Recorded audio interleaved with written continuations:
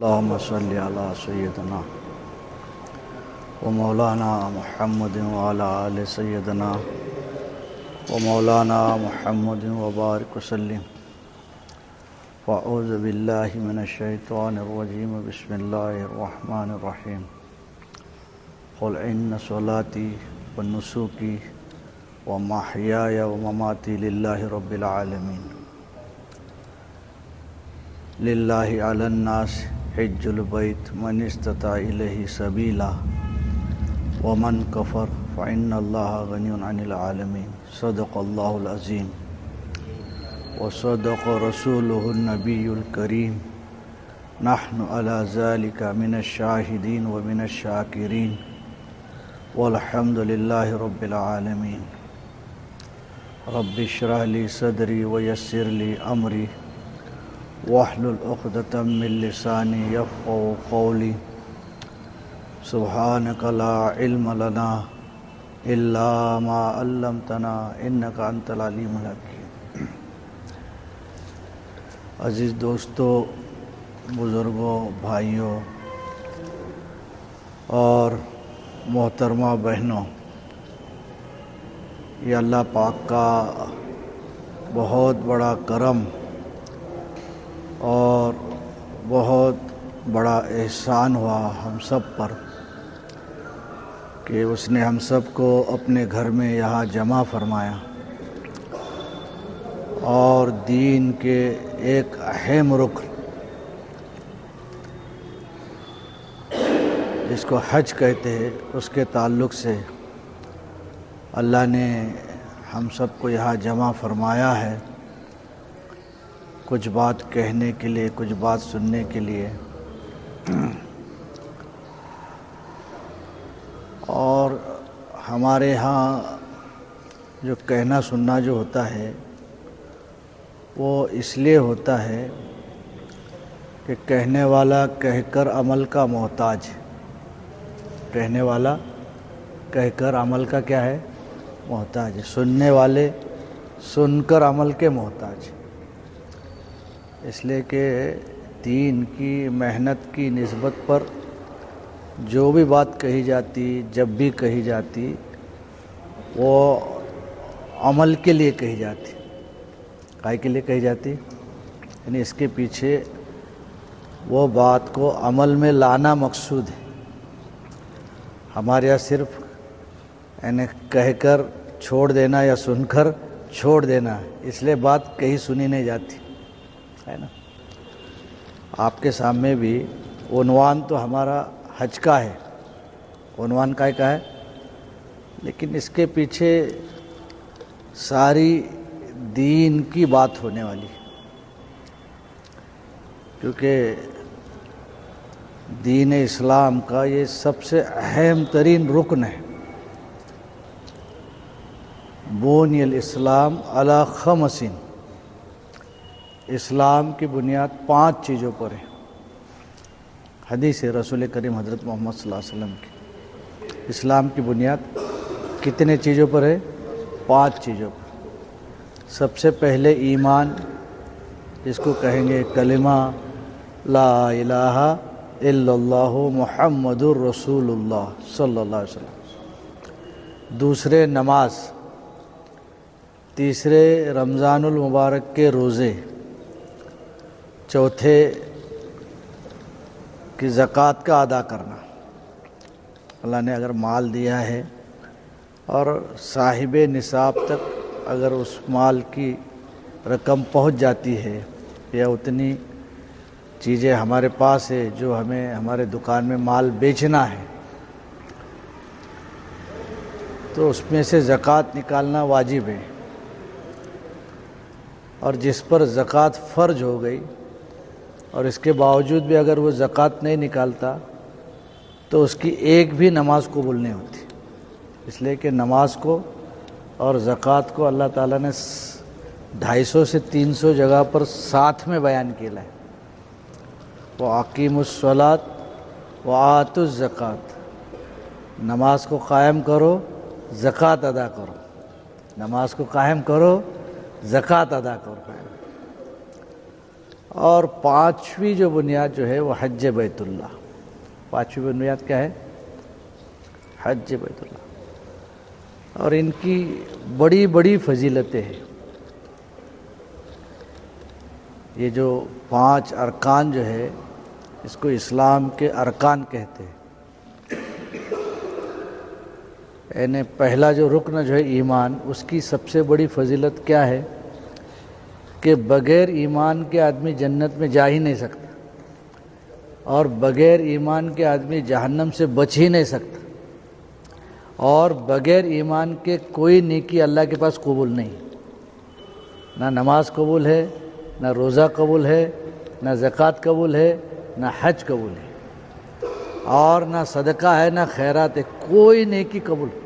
نیکیوں کے قبول ہونے کے لیے آدمی کا ایمان ہونا، صحیح ایمان ہونا، صحیح العقائد ہونا شرط ہے اس کی. دوسرے نماز کہ کل قیامت میں اللہ سب سے پہلے نماز کا حساب لے گے. اور جو آدمی 5 وقت کی نماز کا اہتمام کرے گا، اللہ اس کا 5 چیزوں سے اعزاز و اکرام فرمائیں گے. سب سے پہلے روزی روٹی کی تنگی کو دور کریں گے اللہ، جس کے لیے انسان آج پریشان ہے. دوسرے، قبر کے عذاب سے اللہ اس کی حفاظت کریں گے. تیسرے، قیامت میں پل صراط پر سے بجلی کی طرح پار فرمائیں گے. چوتھے، اعمال نامہ سیدھے ہاتھ میں دیں گے اس کے قیامت میں. اور پانچویں کہ بغیر حساب کتاب کے اس کو جنت میں داخل فرمائیں. کون سے عمل پر؟ بولو بولو نا. کتنے وقت کی ہے نا؟ اور کب سے شروع ہوتی نماز؟ آدمی بالغ ہو گیا جب سے. کب تک کے؟ زکوٰۃ کی فضیلت ابھی بتائی آپ کو. اور روزہ ڈھال ہے جہنم کے اور بندے کے بیچ پہ. روزہ کیا ہے؟ ڈھال ہے. روزہ کیا ہے؟ اور قیامت میں جو دروازے جو رہیں گے نا جنت کے، ایک دروازہ صرف روزداروں کے لیے. ایک دروازہ کس کے لیے؟ اور روزدار کے منہ کی جو بدبو ہوتی ہے وہ اللہ کے نزدیک اتنی پیاری ہوتی ہے کہ مشک سے زیادہ محبوب ہوتی ہے.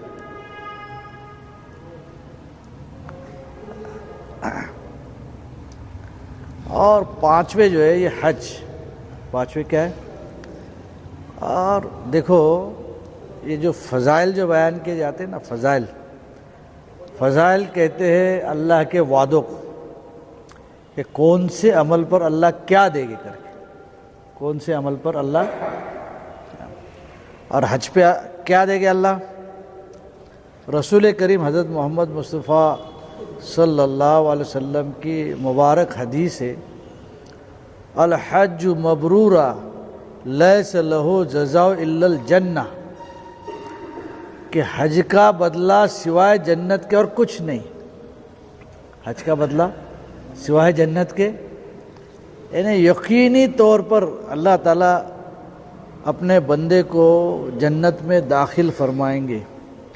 لیکن یہاں ایک لفظ استعمال ہوا ہے کہ الحج مبرورا، ایسا حج جو مبرور ہو، جو نیکی والا حج ہو، جو اللہ کے نزدیک قابل قبول ہونے والا ہو.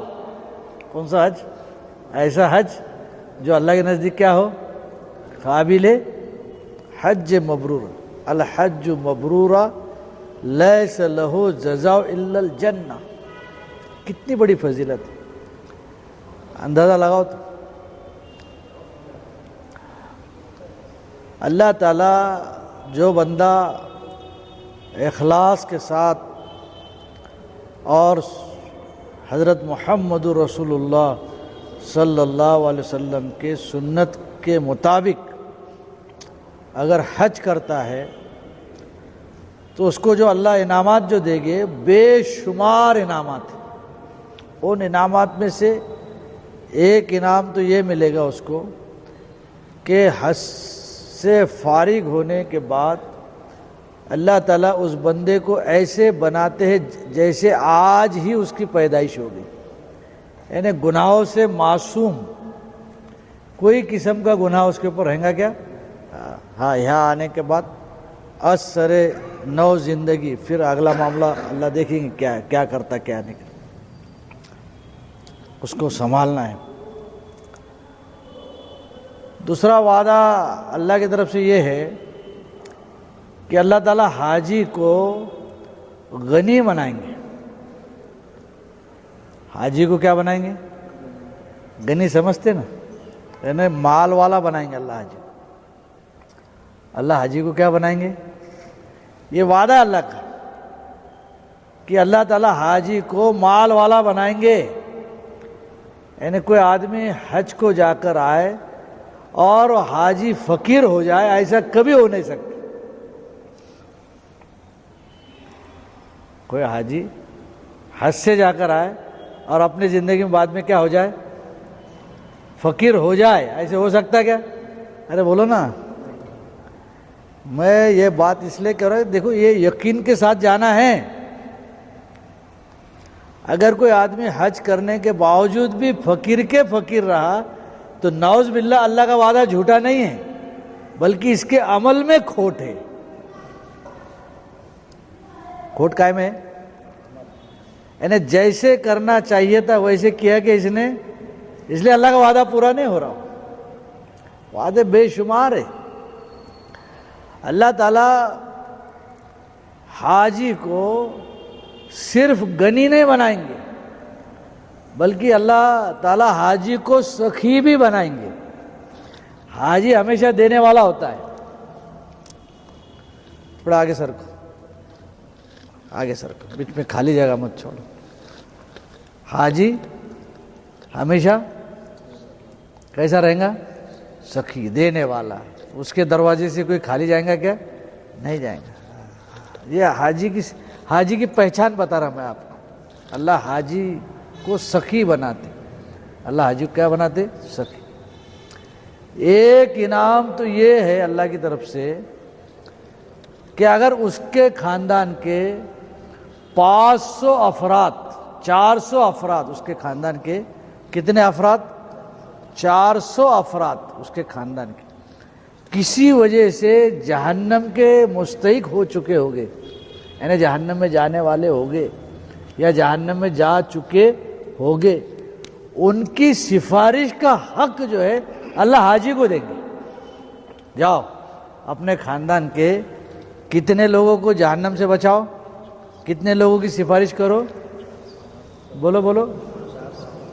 ایک قرآن حافظ، جب کرسی لے کے بیٹھو، نہیں لے کے بیٹھو، تکلیف ہے بیٹھو، زیادہ دیر بیٹھنا ہے نا، لو نا، لو رہا، بالکل لو۔ ایک قرآن حافظ کتنی بڑی اس کی، جس کو بولیں گے محنت اور مشق ہوتی اس کے سینے میں قرآن، اس کو اپنے خاندان کے 10 لوگوں کی شفاعت کا حق ملتا۔ کتنے لوگوں کی؟ 10۔ اور حاجی کو کتنا؟ 4۔ حاجی کو کتنے لوگوں کو ملے گا؟ 400 لوگ۔ اس لیے حاجی جو ہے، آج کل ہمارے پاس حاجی نہیں نا ویسا، جو حاجی چاہیے، جیسا چاہیے ویسا حاجی نہیں ہے، حالانکہ اللہ کے نزدیک بہت بڑا مرتبہ آپ کو معلوم نہیں ہے۔ آپ کہاں جا رہے ہو آپ کو معلوم نہیں ہے۔ بیت اللہ شریف جو ہے، بیت اللہ شریف کے اوپر محبت بھری ایک نگاہ اگر تمہاری گر جائے تو اللہ تعالیٰ فرماتا ہے اس کے پچھلی ساری خطائیں اللہ معاف کر دیتا ہے۔ پچھلے سارے گناہ کائے پر؟ ایک نگاہ کیسی؟ محبت بھری۔ اس لیے کہ یہ جو گھر جو ہے، اللہ کا جو گھر جو ہے، اللہ تعالیٰ نے خود اس گھر کا ذکر کیا ہے۔ ان اول بیت اُزِّیَ للناس للذی ببکۃ مبارک ھدی للعالمین، کہ یہ گھر ہم نے پہلا گھر بنایا ہے، یعنی پورے زمین پر کوئی گھر نہیں تھا جہاں اللہ کے بندے جو ہے اللہ کی عبادت کرے۔ اس گھر سے پہلے کوئی گھر تھا کیا؟ نہیں تھا۔ ان اول بیت وضع للناس، انسانوں کے لیے۔ کس کے لیے؟ انسانوں کے لیے، کہ جہاں جا کر اللہ کی کیا کرے؟ وہ عبادت کرے۔ وضع للناس للذی ببکۃ، اور اللہ نے وہ جگہ بھی بیان کی کہ ہم نے وہ گھر کو بکہ میں بنایا ہے۔ بکہ جو ہے یہ مکے کا دوسرا نام ہے بکہ، اس لیے کہ جس چیز کی جتنی زیادہ شان ہوتی ہے اتنے ہی اس کے نام ہوتے ہیں۔ تو مکہ شریف کے کئی نام ہیں، ایک نام ہے مکہ، ایک نام ابھی سنے ہم نے کیا؟ بکہ۔ ایک نام کیا ہے؟ ام القریٰ، ایک نام کیا ہے؟ بلد الامین۔ تو یہ اللہ نے یہ پہلا گھر بنایا، اور کہاں بنایا ہے؟ مکے میں۔ للذی ببکۃ مبارکا وہدی للعالمین، اور یہ بہت برکت والا ہے۔ یعنی جو برکتیں تم کو جو مکے میں ملے گی اور جو ہدایت تم کو مکے میں ملے گی، مبارکا وہدی للعالمین، یہ ہدایت والی جگہ ہے۔ اور کس کے لیے؟ سارے عالم کے لیے ہدایت کی جگہ ہے، یہ مرکز ہدایت ہے۔ بیت اللہ شریف کیا ہے؟ یعنی اللہ کی طرف سے جو ہدایت اترتی ہے سب سے پہلے کہاں اترتی ہے؟ بیت اللہ پر اترتی ہے، اور پھر وہ دنیا کے اندر جگہ جگہ پر جو ہے وہ پہنچائی جاتی ہے، تقسیم کی جاتی ہے۔ یہ معمولی گھر نہیں ہے، دھیان میں رکھو۔ سیدنا آدم علیہ السلام جب اللہ کی طرف سے جب حکم ہوا ان کو بیت اللہ کا حج کرو کر کے، اور کعبہ شریف کا طواف کرنا شروع کیا انہوں نے، اور ان کے دل میں یہ خیال آیا کہ میں یہ پہلا شخص ہوں، میں یہ پہلا شخص ہوں دنیا میں جس کو یہ شرف حاصل ہو رہا ہے کہ وہ کعبے کا کیا کر رہا ہے؟ طواف کر رہا ہے۔ خیال آیا ان کے دل میں، تو اللہ تعالیٰ نے فرشتوں کو بھیج کر جبرائیل کو سمجھایا، فرشتوں کو بھیج کر آدم کو سمجھایا کہ آدم تم اس خوش فہمی میں نہیں رہنا کہ تم اس گھر کے طواف کرنے والے پہلے ہو کر کے، تمہارے پیدا ہونے سے پہلے ہزاروں برس سے فرشتے اس گھر کا طواف کر رہے ہیں۔ کون کر رہے اس گھر کا؟ فرشتے۔ یہ اور اس گھر کو اللہ تعالیٰ نے امن والا بنایا ہے، اور بار بار لوٹنے کی جگہ بنایا ہے۔ اذ جعلنا البیت مثابۃ للناس امنا، ہم نے یہ گھر ایسے بنایا کہ ثواب کی جگہ بنایا۔ کیسی جگہ بنا؟ کیسی جگہ بنا؟ یعنی ایک نماز پڑھو گے 1,00,000 نماز کا ثواب ملے گا، ایک سبحان اللہ کہو گے 1,00,000 سبحان اللہ کا ثواب ملے گا، ایک الحمدللہ کہو گے 1,00,000 الحمدللہ کا ثواب ملے گا۔ 1 ریال اگر اللہ کی راہ میں صدقہ کرو گے بیت اللہ کے سرزمین پر، مکہ معظمہ میں کدھر بھی حد حرم کے اندر، تو 1,00,000 ریال صدقہ کرنے کا ثواب ملیں گا۔ اور 1 ریال کتنے روپے کا ہوتا ہے؟ بولو بولو، آپ لوگ جانتے ہیں کتنے؟ 25 روپے کا، جو بھی ہو 25 کا، تو کتنے لاکھ روپے صدقہ کرے تم نے؟ 25 لاکھ روپے صدقہ۔ کتنے؟ کیا کے بدلے میں؟ 1 ریال۔ کہاں؟ بولو، دنیا میں ملے گا؟ اذ جعلنا البیت مثابۃ، مثابہ کے 2 معنی ہیں، ایک تو ثواب کی جگہ اور دوسرے بار بار لوٹنے کی جگہ، کہ جس نے بیت اللہ کو دیکھا نہیں ابھی تک کے وہ تو صبر کر سکتا ہے. جس نے بیت اللہ کو دیکھا نہیں ابھی تک کے وہ تو صبر کر سکتا ہے. جس نے بیت اللہ کو دیکھا ہے وہ کبھی صبر نہیں کرتا. ہر سال وہ بولیں گا کہ میں حج کو جاؤں, میں عمرے کو جاؤں, میں حج کو جاؤں, میں عمرے کو جاؤں, اس سال جاؤ, ابھی جاؤ. اس کا جی کبھی نہیں بھرتا. بھائی حضور پر درود پڑھنے سے کس کا جی بھرتا؟ ارے بولو نا. قرآن پڑھنے سے کس کا جی بھرتا؟ ویسے بیت اللہ کو دیکھنے سے کسی کا جی نہیں بھرتا. بار بار لوٹنے کی جگہ, بار بار لوٹنے کی جگہ.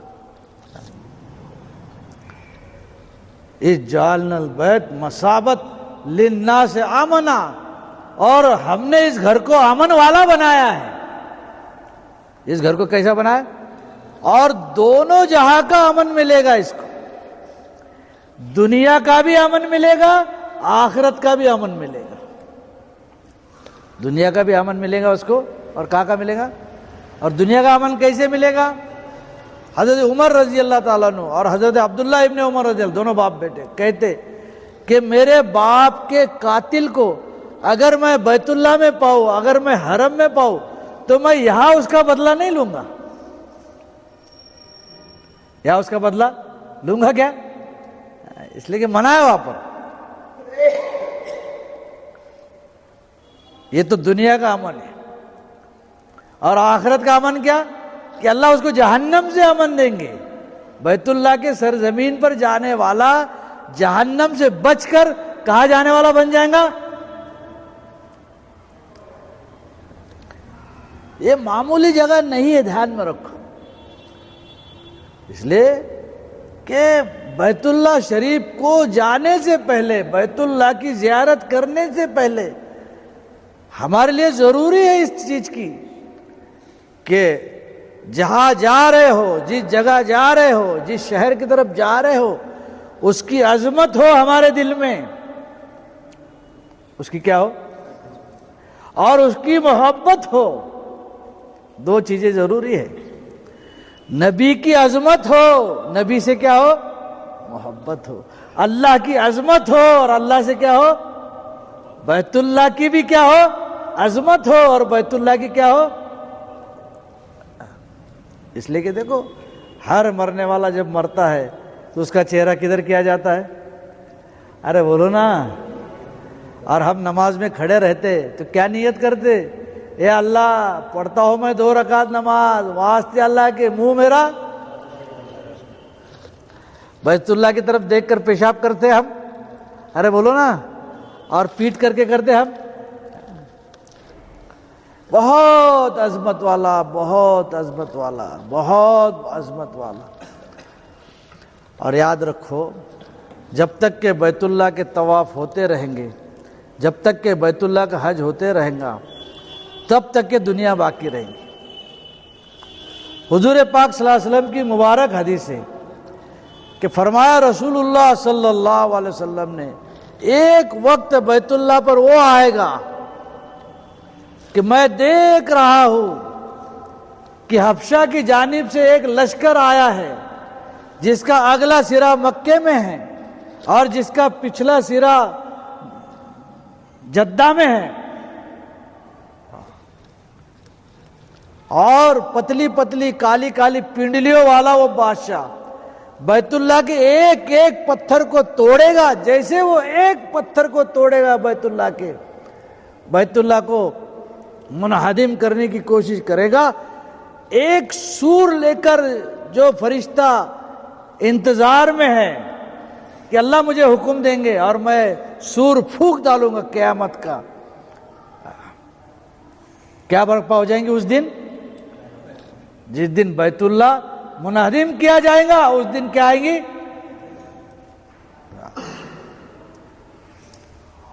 اس لیے دھیان میں رکھو, یہ بہت عظمت والا, بہت اس کی جتنی ہم تعظیم کریں گے, اس گھر کی جتنی ہم تعظیم کریں گے اتنی کم ہے. اور پھر اس کے ساتھ ساتھ کہ حج کے سفر میں جو دوسرا سفر جو آپ کا ہونے والا ہے وہ کہاں ہونے والا ہے؟ مدینہ منورہ کا۔ کہاں کا ہونے والا ہے؟ مدینہ منورہ کا۔ محبوب خدا، حبیب کبریا، سرکار دو عالم، تاجدار مدینہ، فخر رسول حضرت محمد رسول اللہ صلی اللہ علیہ وسلم کے روض اقدس کی زیارت کا جو سفر ہونے والا ہے، اسی بیت اللہ شریف کے زیارت کے بہانے ہونے والا ہے یہ۔ اور وہ جگہ بھی معمولی نہیں ہے۔ اللہ تعالیٰ نے رسول کریم حضرت محمد مصطفیٰ صلی اللہ علیہ وسلم کے روض اقدس کی جگہ کو ایسے مرتبہ دیا ہے کہ فرمایا رسول اللہ صلی اللہ علیہ وسلم نے کہ میرے گھر سے لے کر میرے ممبر تک کی جو جگہ جو ہے یہ جنت کے باغوں میں کی ایک باغ ہے، اور حقیقتاً جنت کا ٹکڑا ہے وہ، جس کو کیا کہتے ہیں؟ ریاض الجنت۔ کیا کہتے ہیں اس کو؟ یعنی قیامت میں وہ جنت کا جو حصہ جو ہے وہ ایسے ہی اٹھا کر اللہ تعالیٰ اس کو کہاں رکھ دیں گے؟ جنت کے اندر رکھ دیں گے۔ اور دوسری روایت میں آیا ہے کہ جب اللہ نے پوری دنیا کو بنایا تو مسجد نبوی کا وہ حصہ جہاں رسول کریم حضرت محمد مصطفیٰ صلی اللہ علیہ وسلم مدفون ہے، وہ حصہ ایسے ہے کہ جب اللہ نے زمین کو بنایا تو جنت میں سے وہ حصہ اٹھا کر کہاں نصب کر دیا؟ اس جگہ پر نصب کر دیا، ریاض الجنت۔ اور وہ ایسی جگہ ہے کہ مرنے سے پہلے جنت میں جانے کا موقع۔ جنت آدمی تو کب جائیں گا؟ ارے بولو نا، مرنے کے، اور مدینے میں گیا تو ارے ڈرو مت مرنے سے پہلے اللہ کہاں پہنچائیں گے؟ جنت میں۔ کہاں پہنچائیں گے؟ اور اس جنت میں کیا ہے؟ اس جنت میں کیا ہے جو جنت میں نہیں ہے؟ کیا ہے اس جنت میں؟ محمد الرسول اللہ صلی اللہ علیہ وسلم کیا فرما رہے؟ آرام فرما رہے۔ اس لیے کہ فرمایا رسول کریم حضرت محمد صلی اللہ علیہ وسلم اور صحابہ کرام اور تابعین اور تبع تابعین اور بزرگان دین اور اولیاء کرام سب نے فرمایا کہ جس جگہ پر حضرت محمد رسول اللہ صلی اللہ علیہ وسلم آرام فرما رہے وہ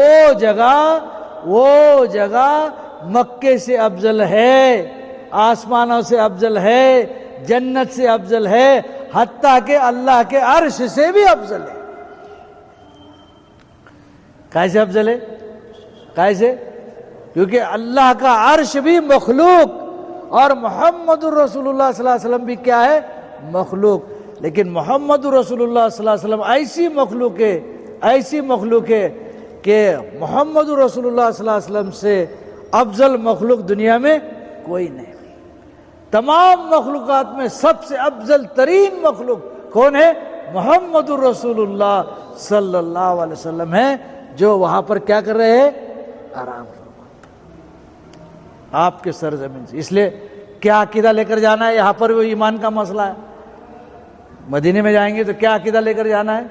کہ میں محمد رسول اللہ صلی اللہ علیہ وسلم کو جو زیارت کے لیے جا رہا ہوں، اس عقیدے کے ساتھ جا رہا ہوں کہ میرے آقا سرور کائنات تاجدار مدینہ حبیب کبریا فخر رسول صلی اللہ علیہ وسلم اپنے قبر اطہر میں، اپنے روض اقدس میں زندہ ہے، دنیاوی جسم کے ساتھ۔ دنیاوی جسم کے ساتھ کیا ہے؟ زندہ ہے۔ یہ عقیدے کے ساتھ جانا ہے۔ اور آپ کو میرے آنے کی خبر ہے، آپ کو اطلاع دی گئی ہے کہ آپ کا یہ فلاں امتی آنے والا ہے وہاں پر، آپ کا یہ فلاں امتی۔ اور جب ہم آپ پر سلام پڑھیں گے وہاں پر تو اس کو وہ خود سنتے ہیں، اس کو خود، اور اس کا کیا دیتے ہیں؟ جواب بھی دیتے ہیں، چاہے ہمیں سنے آئے یا وہ کہاں ہماری حیثیت ہے ہمیں سنے آئے گا، وہ تو اللہ والوں کو سنائی دیتا تب. تو عزیز دوست اور بزرگوں، یہ معمولی سب اللہ نے جو انعامات جو دیے نا، اللہ نے جو انعامات جو رکھے، معمولی جگہ نہیں ہے. مکہ مدینہ، لوگ کہتے دنیا کے 7 عجوبے، ہم کہتے دنیا کے 2 ہی عجوبے. دنیا کے کتنے عجوبے؟ ایک مکہ معظمہ، دوسرے مدینۃ المنورہ. بس ختم. ایک عجوبہ کون سا ہے؟ مکہ. بولو سب، مکہ معظمہ. بولو سب. دیکھو ادب کے ساتھ نام لیا کرو. کیسے نام لیں گے ہم؟ اس کے بعد میں ہمیشہ بولیں گے تو کیسا بولیں گے؟ مکہ معظمہ، مکۃ المکرمہ بولیں گے نا ایسا. ہاں. اور مدینۃ المنورہ. بولو سب، مدینۃ المنورہ ہے نا، مدینۃ المنورہ. ادب کے ساتھ نام لیں، ادب ملحوظ. اس لیے کہ روز اقدس پر جب پہنچے گے، جو آدمی بے ادبی کے ساتھ جائیں گے اس کے سارے اعمال ضائع ہو جائیں گے، برباد کر دیے جائیں گے اس کے سارے. وہاں تو سب سے پہلا عمل جو ہے وہ کیا ہے؟ ادب. کیا ہے؟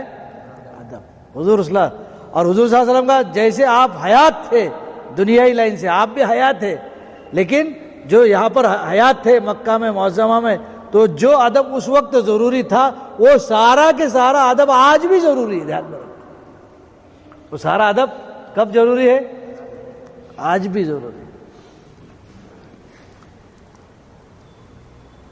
آپ جو ہے یہ ہمارا جو سلسلہ چلے گا انشاءاللہ، آپ کے روانگی ہونے تک کے چلے گا، سیکھنے سکھانے کا. اس میں جو ہے دھیان میں رکھو کہ یہ زندگی میں ایک مرتبہ فرض ہے. اس میں پہلی بار حج کو کون جا رہے ہیں؟ اس کے اندر تھوڑا ہاتھ اوپر کرو. ماشاءاللہ ماشاءاللہ، پہلی بار حج کو جا رہے ہیں. بھائی حج کو سیکھ کر جاؤ. حج کو کیسے جاؤ؟ سیکھ کے جاؤ. حج کو سیکھ کے جاؤ، بہت ضروری ہے. اگر سیکھ کر آدمی نہیں گیا تو بعض مرتبہ آدمی ایسے لوٹتا ہے وہاں سے کہ کچھ غلطیاں اس سے ایسی ہو جاتی ہے. پھر اگر سیکھ کر نہیں گیا اور مسائل کو معلوم نہیں کیا، حج کے ارکانوں کو اگر نہیں سیکھا اس نے، تو بعض مرتبہ ایسی غلطی ہو جاتی ہے کہ ایک تو اس کو حج کو پھر سے جانا پڑے گا زندگی میں، یعنی حج کیا کرنا پڑے گا؟ دوہرانا پڑے گا. اب یہ زمانے میں معمولی کام نہیں. یا تو جب تک کہ وہ بیت اللہ کے طواف کو جاتا نہیں تب تک کہ اس کی بیوی اس پر حرام رہیں گی. اللہ حفاظت کر. میاں بیوی ایک دوسرے پر کیا ہو جائیں گے؟ حرام ہو جائیں گے. اگر صحیح معنوں میں سیکھ کر نہیں گیا اور ارکانوں کو صحیح ڈھنگ سے کیا نہیں تو بعض چیزیں حج میں جو ہے، اس لیے بہت اس کے جو مسائل جو ہے، ایک بات تو اپنے ذہنوں میں یہ بات بٹھا دو کہ حج بہت آسان ہے. بولو سب، حج کیسا ہے؟ بہت آسان. لیکن کب؟ اگر آپ اس کی محنت کریں گے تب. اگر آپ نے اس کی محنت میں حصہ نہیں لیا، انٹرسٹ نہیں بتایا، اگر آپ یہ جو مذاکرے جو ہو رہے اس میں چھوڑ پکڑ کر رہے، کبھی آئے کبھی نہیں آئے، کبھی سنے کبھی نہیں سنے، کبھی گئے کبھی نہیں گئے، اور بعض چیزیں جو ہے اگر چھوٹ جاتی ہے اس کے سیکھنے سکھانے میں اور معلوم نہیں پڑتی، تو پھر بہت بڑے بڑے غلطیوں کا آدمی جو ہے ارتکاب کر بیٹھتا وہاں پر. اور وہاں تو اتنی بھیڑ ہوتی ہے مکہ معظمہ میں کہ انسانوں کا ٹھاٹھا مارتا ہوا سمندر، انسانوں کا کیا رہتا ہے؟ ٹھاٹھا مارتا ہوا سمندر. اور پھر وہاں پر عین وقت میں حاجی بھی وہاں کی ہیبت کو دیکھ کر بوکھلا جاتا ہے، اور جو اس کے سمجھ میں آیا اسی کو ارکان سمجھ کے کرتے رہتا ہے. کیا فرض ہے، کیا واجب ہے، کیا سنت ہے، کیا مستحب ہے، کیا حرام ہے، کیا مکروہ ہے، کوئی اس کے اندر کوئی تمیز نہیں رہتی. پھر اس کے اندر حج ایک ایسی عبادت ہے، دھیان میں رکھو، کہ حج کا تعارف، حج کو سمجھنے کا اگر ہوگا، جس کو حج کا تعارف کہتے ہیں اس کو، کہ حج کی جگہ بھی مقرر ہے، کدھر بھی حج نہیں ہوتا، اس کی جگہ بھی کیا ہے؟ مقرر، اس کا وقت بھی مقرر ہے، اس کا وقت بھی کیا ہے؟ کبھی بھی نہیں ہوتا حج، اور اس کا طریقہ بھی مقرر ہے، اس کا طریقہ بھی کیا ہے؟ اس لیے اللہ والوں نے ہمیں سمجھانے کے لیے بڑی آسان طریقے سے حج کی تعریف بیان کی ہے کہ مقرر جگہ پر مقرر اوقات میں مقرر طریقے سے اللہ کی جو عبادت کی جاتی ہے اس عبادت کو کیا کہتے ہیں؟ اس کی جگہ بھی مقرر ہے، اس کے اوقات بھی مقرر ہے، اور اس کا طریقہ بھی کیا ہے؟ اپنے منمانی طریقے سے نہیں ہو سکتا۔ جگہ کیا ہے اس کی؟ حج کی مکہ معظمہ جہاں بیت اللہ ہے، عرفات کا میدان جہاں حج کا سب سے اہم رکن ہونے والا ہے، رکن اعظم کہتے ہیں اس کو، مزدلفہ، مینا، یہ حج کی جگہ ہے، انہی جگہ پر حج ہوتا ہے۔ کتنی جگہ ہے بولو سب؟ مکہ معظمہ جہاں پر کیا ہے؟ بیت اللہ اور صفا مروہ صحیح کرتے نا اپن، اور عرفات کا میدان، مزدلفہ کا میدان اور مینا کی وادی، یہ جگہ پہ حج ہوتا ہے۔ حج کے دن بھی مقرر ہے، حج کے دن بھی کیا ہے؟ کہ 9 ذی الحجہ سے لے کر 13 ذی الحجہ کا وقت جو ہے اس کو ایام حج کہتے ہیں، اس کو کیا کہتے ہیں؟ اس کو کتنی ذی الحجہ؟ 9، 10، 11، 12 اور 13، ان 5 دنوں میں حج ہوتا ہے۔ اس لیے یہ 5 دن ایام حج کے دن ہے، اس لیے ان دنوں میں عمرہ نہیں ہوتا، ان دنوں میں، اور ان دنوں کے علاوہ سارے سال بھر کیا ہوتا؟ عمرہ ہوتا۔ لیکن حج ہوتا کیا؟ حج ہوتا، بات سمجھ میں آ رہی ہے نا تمہارے؟ سمجھ کے لو یہ ساری چیز، اس کو پلے بٹھانا ہے۔ تو جگہ بھی کیا ہو گئی؟ مقرر، اور اوقات بھی کیا ہو گئے؟ مقرر، اور طریقہ بھی کیا ہے؟ اب وہ طریقہ ہم کو سیکھنا ہے۔ طریقہ کیوں سیکھنا ہے؟ کیونکہ اللہ تعالیٰ دیکھو جتنے بھی جو فضائل ہے حج کے اوپر، نماز کے اوپر، روزے کے اوپر، زکوٰۃ کے اوپر، کسی نیک کام کے اوپر، جو اللہ کی طرف سے جو انعامات کے جو وعدے ہوتے ہیں، یہ وعدے عمل کے قبولیت پر مرتب ہوتے ہیں۔ کہاں پر مرتب ہوتے ہیں؟ عمل کے، یعنی جب تک کہ وہ عمل قابل قبول بنتا نہیں، کوئی بھی عمل کرو تم، چاہے نماز ہو، چاہے روزہ ہو، چاہے زکوٰۃ ہو، چاہے حج ہو، چاہے اعمال خدمت ہو، چاہے اعمال عبادت ہو، چاہے اعمال دعوت ہو۔ دعوت بولے تو پلاؤ کھانے کی دعوت نہیں، دھیان میں رکھو، دین کا کام اس کو دعوت بولتے ہیں۔ چاہے اعمال دعوت ہو، ہے نا، دعوت کے جتنے بھی اعمال، یہ اس وقت تک قابل قبول نہیں ہوتے جب تک کہ ان اعمال میں 2 شرطیں اللہ نہیں دیکھتے۔ کتنی شرطیں لگائی؟ کتنی شرطیں؟ ایک دم آسان، یہ بنیادی سبق ہے، دھیان میں رکھو، کوئی بھی عمل کرو تو پہلی شرط کیا ہے؟ ان یکون خالصا، کہ عمل جو ہے خالص اور خالص اور خالص کس کے لیے کیا جاوے؟ بولو بولو۔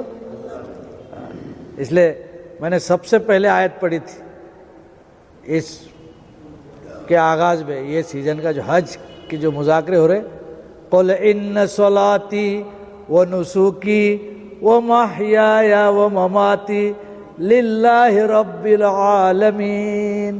اے محمد صلی اللہ علیہ وسلم تمہاری امت کو بتا دیجئے، اعلان کر دیجئے، قل ان صلاتی، میری نماز، قل ان صلاتی و نسکی، میری قربانی، میرا جینا اور میرا مرنا سب کس کے لیے؟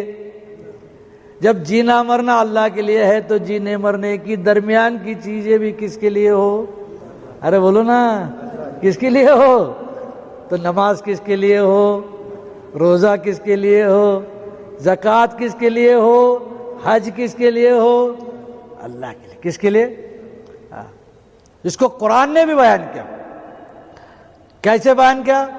وَمَنْ أَحْسَنُ دِينًا مِّمَّنْ أَسْلَمَ وَجْهُهُ لِلَّهِ، کہ سب سے بہترین عمل کس کا؟ سب سے بہترین عمل کس کا؟ اس کا جو اپنے عمل میں اپنے آپ کو اللہ کے حوالے کر دے، اپنے عمل میں کس کے حوالے کر دے؟ حج میں کس کے حوالے کر دے؟ اللہ کے حوالے کر دے۔ اور کس کے لیے کرے؟ اللہ کے لیے کرے۔ کس کے لیے کرے؟ ممن اسلم، یعنی اپنے آپ کو کیا کرے؟ حوالے۔ مسجد میں آ گئے، اللہ اکبر کہہ کے نیت باندھ لے، اب حوالے ہو گئے۔ کس کے حوالے ہو گئے؟ پان کھائیں گا، گٹکا کھائیں گا، سلام کا جواب دیں گا، کس کے حوالے ہو گئے؟ کب تک کے؟ سلام پھر ہو گئے، ہے نا؟ آ رہے بات سمجھ میں؟ تو حج میں بھی کس کے حوالے ہو گئے؟ احرام باندھ لیے، لبیک پڑھ لی، حوالے ہو گئے کس کے؟ اب اللہ جو چاہیں گا وہ کریں گے، اپنے مرضی سے کچھ نہیں کریں گے۔ دھیان میں رکھو، اپنے مرضی سے ممن اسلم وجہ للہ، اور جو کریں گے کس کے لیے کریں گے؟ اور دوسری شرط کیا؟ ان یکونوا ثوابا فی موافقۃ فی سنت رسول اللہ، کہ محمد رسول اللہ صلی اللہ علیہ وسلم کے طریقے پر کریں۔ شرط دھیان میں رکھو، عمل کے قبول موافق سنت ہو۔ اور سنت سے مراد کیا؟ دھیان میں رکھو کہ نبی نے جیسے کیا ویسے کرنا، نبی نے جیسے کرنے کو کہا ویسے کرنا، صحابہ نے جیسے کیا ویسے کرنا، تابعین طبع تابعین بزرگان دین سے جو سلسلہ چلتے آیا ہے کیسے کرنا؟ ویسے کرنا، اپنے منمانی طریقے سے کچھ نہیں کرنا، اس لیے کہ منمانی نہیں چلتی۔ محمد رسول اللہ صلی اللہ علیہ وسلم کی سنت کے موافق کرنا۔ اور فائدہ کیا ہے اس کا؟ آسان الفاظ میں بولتا میں، اس کا فائدہ کیا ہے؟ کر محمد کی سنت پر عمل بے دھڑک، کر محمد کی سنت پر عمل بے دھڑک، یہ ہے جنت کی سیدھی سڑک۔ یہ ہے جنت کی کیسی سڑک ہے؟ قل ان کنتم تحبون اللہ فاتبعونی یحببکم اللہ۔ اے محمد صلی اللہ علیہ وسلم تمہاری امت کو سمجھا دیجئے کہ اگر تم یہ کہتے ہو کہ اللہ سے تم کو محبت ہے تو کیا کرو؟ ہم نے تمہارے اندر جو رسول بھیجے ہیں، جو نبی بھیجے، اس کی چال چلو، اس کی اتباع کرو، ان کی پیروی کرو۔ اگر تم نبی کی پیروی کرو گے تو کیا ہوگا؟ کہ اللہ بھی تم سے محبت کریں گے۔ قل ان کنتم تحبون اللہ فاتبعونی یحببکم اللہ، اگر تم اتباع کرو گے محمد رسول اللہ صلی اللہ علیہ وسلم کی تو اللہ تم سے محبت کرے گے۔ یغفر لکم ذنوبکم واللہ غفور الرحیم، اور اللہ تمہارے گناہوں کو معاف کریں گے، اور اللہ بہت بڑا معاف کرنے والا مہربان ہے۔ تو ایک چیز کہ ہم یہ کہہ رہے کہ ہم کو اللہ سے محبت ہے، اور دوسری چیز ہے کہ اللہ یہ کہہ رہے کہ ہم کو تیرے سے محبت ہے۔ تو بڑی چیز کون سی؟ ارے بولو نا، اللہ ہم سے محبت کرے، اور اللہ کی محبت کہاں سے حاصل ہوں گی؟ نبی کے اپنے منمانی طریقے سے چلیں گا، حج کریں گے، ہم نماز پڑھیں گے۔ ہم جیسے نماز کے اندر بعض چیزیں بڑی عظمت کی ہے لیکن اس کا ایک مقام ہے، اس کا کیا ہے؟ درود شریف، اتنی بڑی عبادت، اتنی بڑی عبادت، اتنی بڑی عبادت، کہ جو آدمی درود شریف پڑھتا ہے اللہ تعالیٰ اس کو اس کے 10 گناہ معاف کرتے ہیں، 10 نیکیاں دیتے ہیں، 10 درجے بلند کرتے ہیں اس کے. کتنی بڑی اللہ کی عبادت ہے حضور صلی اللہ علیہ وسلم پر درود پڑھنا. اللہ کو کتنا پسندیدہ ہے درود شریف پڑھنا. لیکن اگر کسی نے نماز کے لیے کھڑا رہا اللہ اکبر اللہم صلی علی سیدنا مولانا، چلیں گا ایسا؟ کیوں نہیں چلیں گا؟ کہ نبی کا طریقہ یہ نہیں. نبی کا طریقہ کیا ہے؟ جب تم قاعدے میں بیٹھیں گے اور جب اتحیات پڑھیں گے اس کے بعد کیا کریں گے؟ ہم درود پڑھیں گے. برابر ہے نا؟ یعنی جس وقت جو چیز کرنے کی ہے، جیسے نماز میں ویسے حج میں بھی جس وقت جو چیز کرنے کی ہے اسی وقت اس چیز کو کرنا، اور ویسے کرنا جیسے محمد رسول اللہ صلی اللہ علیہ وسلم نے اپنی امت کو کر کے بتلایا. تو معافی کے سنت ہو، عمل کے قبولیت کی 2 شرطیں، یہ بنیادی سبجیکٹ دھیان میں رکھو.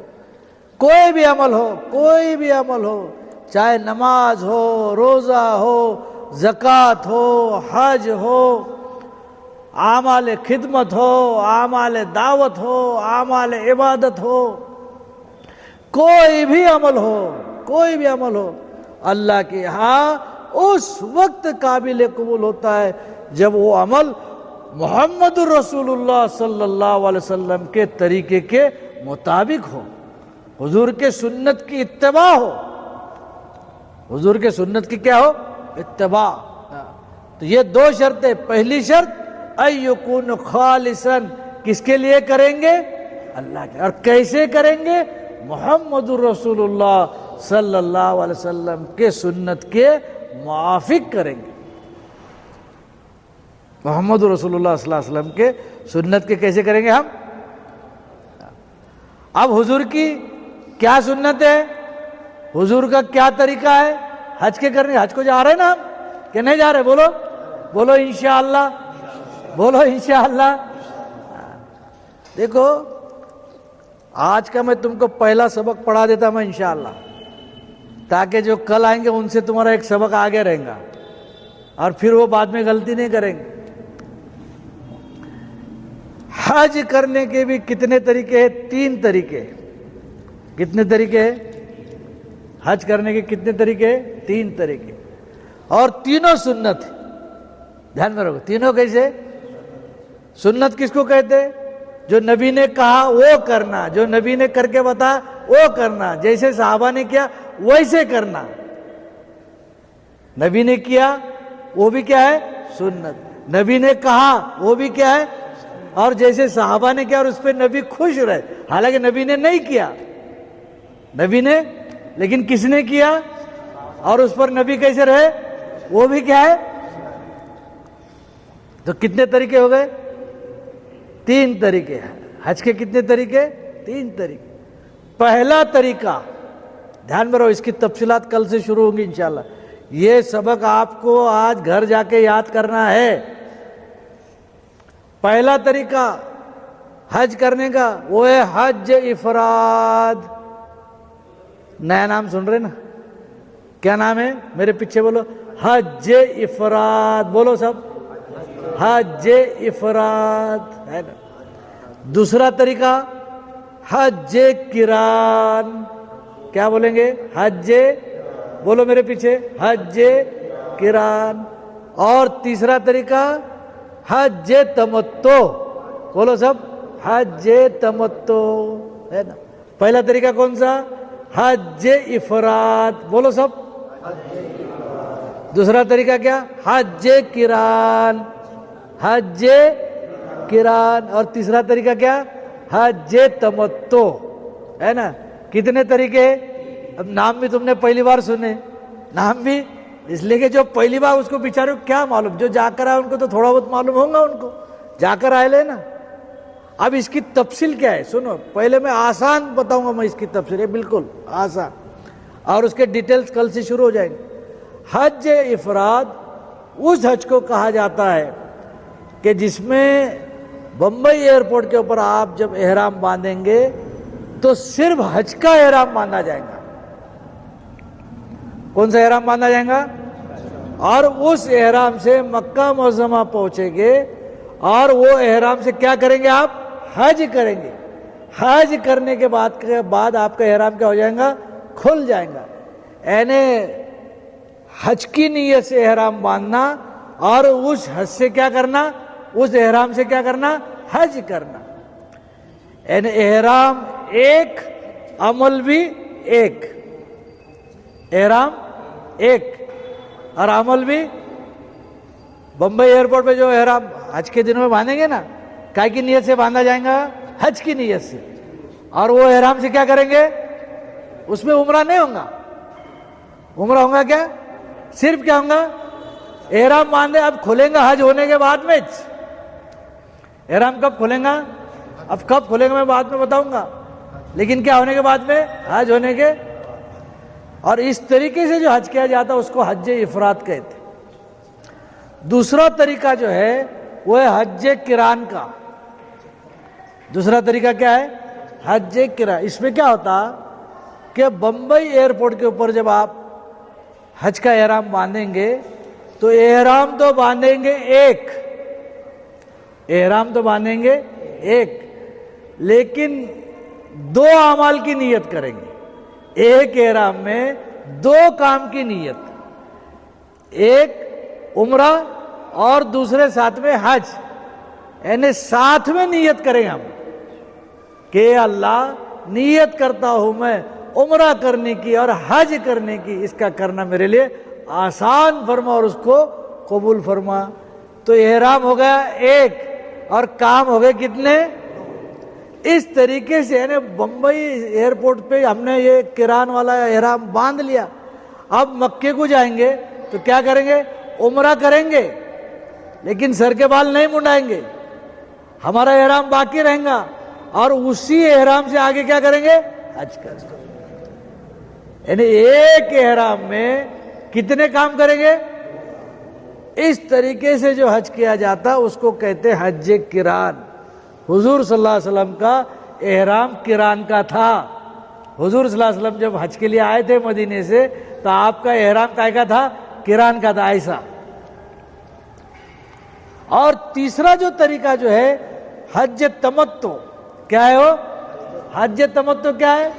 بمبئی ایئرپورٹ کے اوپر آپ جائیں گے اور جب احرام باندھیں گے حج کے دنوں میں، حج کے دن جب شروع ہو جائیں گے، حج کے مہینے جب شروع ہو جائیں گے، تو جب آپ احرام باندھیں گے تو پہلا ایک احرام باندھیں گے، اس پہ نیت کریں گے عمرے کی.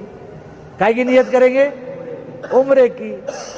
اور مکہ معظمہ جانے کے بعد عمرہ پورا کریں گے. عمرہ کیسا کریں گے؟ یعنی اپنے سر کے بال منڈائیں گے اور اس کے بعد میں تمہارا احرام کھول دیا جائے گا.